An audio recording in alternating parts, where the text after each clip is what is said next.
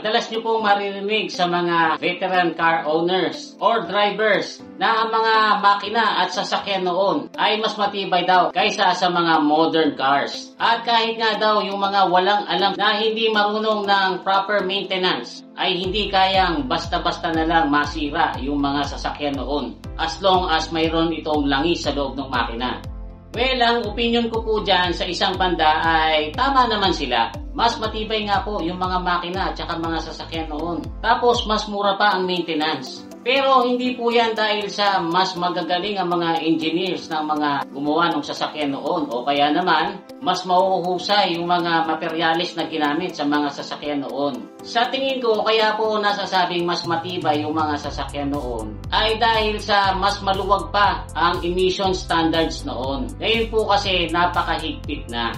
Dahil dyan yung mga car companies ay napipilitan na mag-develop or maglagay sa mga modern cars ng mga special features para ito makapasa sa emission standards. Tingnan nyo guys, napansin nyo ba na ang mga makina ng modern cars ay mas lumiit? Yung mga dating naka 6 cylinders, naging 4 cylinder na lang. Tapos yun namang mga dating naka 4 cylinder, ngayon 3 cylinder na lang. Kasi guys, ang principle po dyan ay mas konti yung cylinder, syempre mas konti yung piston na susunog ng fuel. At kung mas konti yung fuel na masusunog ng isang makina, ay mas less ang emissions nito. Kaya lang guys, nung lumiit yung mga makina, yung mga dating buyers, syempre maghahanap yan ng power na dati naman nilang nakasanayan. Kaya ang naging solusyon naman po dyan ng mga car companies para maibigay yung power, ay nilagyan nila ng turbo. Kuminsan nga, hindi lang isang turbo, bi-turbo pa ang nilalagay. Kaya yung naka 3-cylinder engine na may turbo ay pwede mo nang ipangtapat doon sa naka 4-cylinder na naturally aspirated. Yung namang 4-cylinder engine na naka-turbo, pwede mo namang itapat doon sa mga naka 6-cylinder na naturally aspirated. Pero, mas konti lang ang emissions. Kaya nga lang guys, ito kasing turbo, although nakakapagbigay yan ng additional na horsepower, ang trabaho niyan ay pinupuwersa niya ang isang makina na may maliit na displacement para magbigay ng extra power. Nagagawa niyan dahil doon sa turbocharger na nagko-compress ng hangin tapos puwersahang ipinapasok doon sa intake ng makina.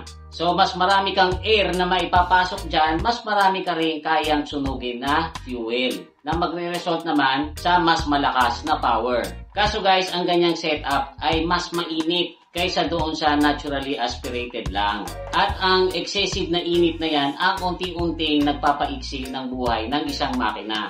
Kaya nga po kahit sinong mekaniko tanungin nyo kung ano ang mas mahaba ang buhay ng makina, yung ba ang naturally aspirated or yung may turbo, malamang nasabihin sa inyo niyan na mas mahaba ang itinatagal ng buhay ng isang makinang naturally aspirated lang. And then syempre pag ang makina mo ay may turbo, mas mataas po ang maintenance cost niyan. Dahil nga po yan ay umiinit ng mas mainit sa naturally aspirated na makina, kailangan mo dyan ng mas magandang langis. Fully synthetic kailangan kasi para mas mataas ang heat resistance. Ang isa pa pong modern engine features na nagpapaigsi ng buhay ng isang makina or nagpapataas ng maintenance cost nito ay yung direct injection. Alam nyo guys, yung kasing ganitong design ng makina ay napaka-fuel efficient.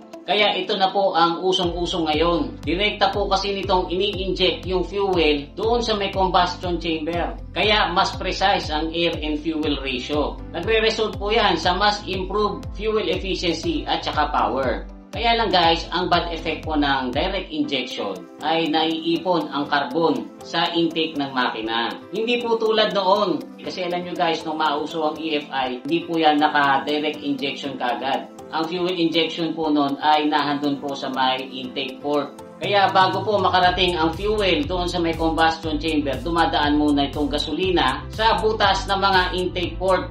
At dahil ang gasolina po ay natural na panglinis, nalilinis po nung dumadaan na gasolina yung intake port. Kaya hindi po yan masyadong naiipunan ng carbon deposit. Kaya nga lang guys, ang ganitong design na tinatawag noon na port injection ay hindi kasing fuel efficient ng direct injection. At dahil sa sabi ko nga sa inyo, mas mahigpit na ang emissions regulations ngayon, mas pinipili na ngayon ng mga car manufacturers itong direct injection na design. At dahil nga po sa direkta nang nandun sa combustion chamber ang ganitong design, wala na ngayong gasolina na dumadaan doon sa intake port. Kaya ito po ay naiipunan ng carbon deposits. At pag yan po ay hindi mo nilinis or hindi mo ipinalinis, every 30 or 50,000 kilometers at least, maiipon po ng maiipon dyan ang carbon hanggang sa ito ay magbara. Tapos guys, ang isa pang nagiging dahilan kung bakit dumadami ang carbon dyan sa intake ay ito pang isang modern engine feature na tinatawag nating EGR or exhaust gas recirculation. Naka-install po yan sa mga modern engines kasi nakakabawas po yan sa harmful emissions. Tapos nakakapag-improve din po ito ng fuel efficiency ng isang makina. Kaya lang guys, ang trabaho kasi nitong EGR ay kinukuha po nito yung portion ng exhaust gas na galing po doon sa makina. So yung exhaust gas na dapat lalabas na sa tambucho, yung portion po niyan ay kinukuha ng EGR pagkatapos ibabalik niya doon sa intake para maihalo sa air and fuel mixture na susunugin sa loob ng combustion chamber. Kaya yung mga carbon na dala ng exhaust gas ay mapupunta doon sa intake. Maiipon doon yung carbon. Tapos guys, syempre, itong EGR ay mayroon din pong mga parts na masasama sa maintenance cost. Meron po yung EGR valve, EGR tube, EGR cooler, at saka mga sensors na kailangan periodically ay nililinis din. And lastly, ito pa po ang isa pa sa modern car features na nakakadagdag sa maintenance cost at pwede rin pagsimulan ng sira ng makina. Sa digasolina, ito po yung tinatawag na catalytic converter.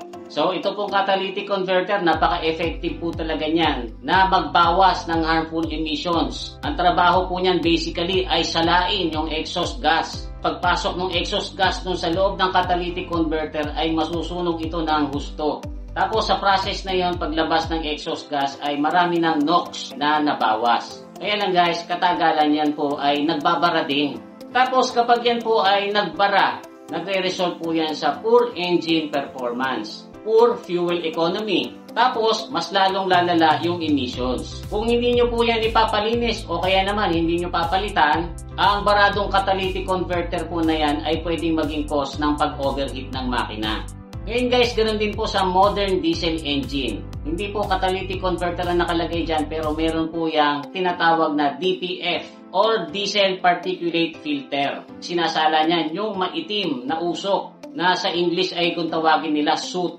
Tapos pagdaan po ng exhaust doon sa DPF, ang susunod niyang dadaanan ay yung SCR naman or tinatawag na Selective Catalytic Reduction. Pagdaan po dyan ng exhaust gas, ay i-injectan po yan ng AdBlue. Nagkakaroon po ito ng chemical reaction para paglabas doon sa tailpipe nitong exhaust gas ay marami na harmful emissions ang nawala. Pero guys, yung ganitong klase ng setup, kailangan po nito parating may AdBlue. Kasi kapag yan po ay naubusan ng AdBlue, automatic po na yung makina ay hindi magpe-perform ng maayos. Babawasan niya po yung power para mapilitan yung driver na magsalin ng AdBlue. So, yung AdBlue ay nadadagdag po sa maintenance cost.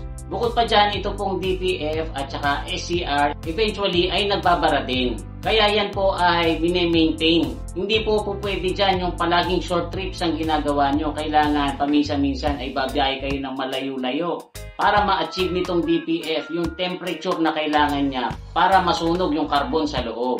Ngayon kung hindi po kayo babiyahe ng malayo-layo at palaging short trips ang gagawin nyo, maiipon ng maiipon yung carbon sa loob nitong DPF. At kapag naipon po ang carbon dyan, hindi na siya makakapag-regenerate. So ang mangyayari niyan, dadalhin nyo po yan sa mechanic na marunong mag-perform ng forced regeneration. Ngayon guys, kung gusto nyo malaman ng iba pang details tungkol dito sa catalytic converter o kaya naman dito sa DPF at saka SCR, ay maglalagay po ako ng link sa description para mas malaman nyo kung paano ba ito properly i-maintain. So yun lang po guys ang may kukwento ko sa inyo. I hope na mayroon po kayong natutunan o kaya naman kahit papano ay na-entertain kayo dito sa konting kwentuhan natin. Kung meron pa po akong mga nakalimutang sabihin or meron kayong gustong idagdag, paki-comment nyo na lang po yan sa comment section natin sa baba. Huwag nyo lang pong kakalimutang mag-like at saka mag-share. Muli, ito po si Kuya Mikmik na nagsasabing palagi kang lamang pag marami kang alam. Bye-bye!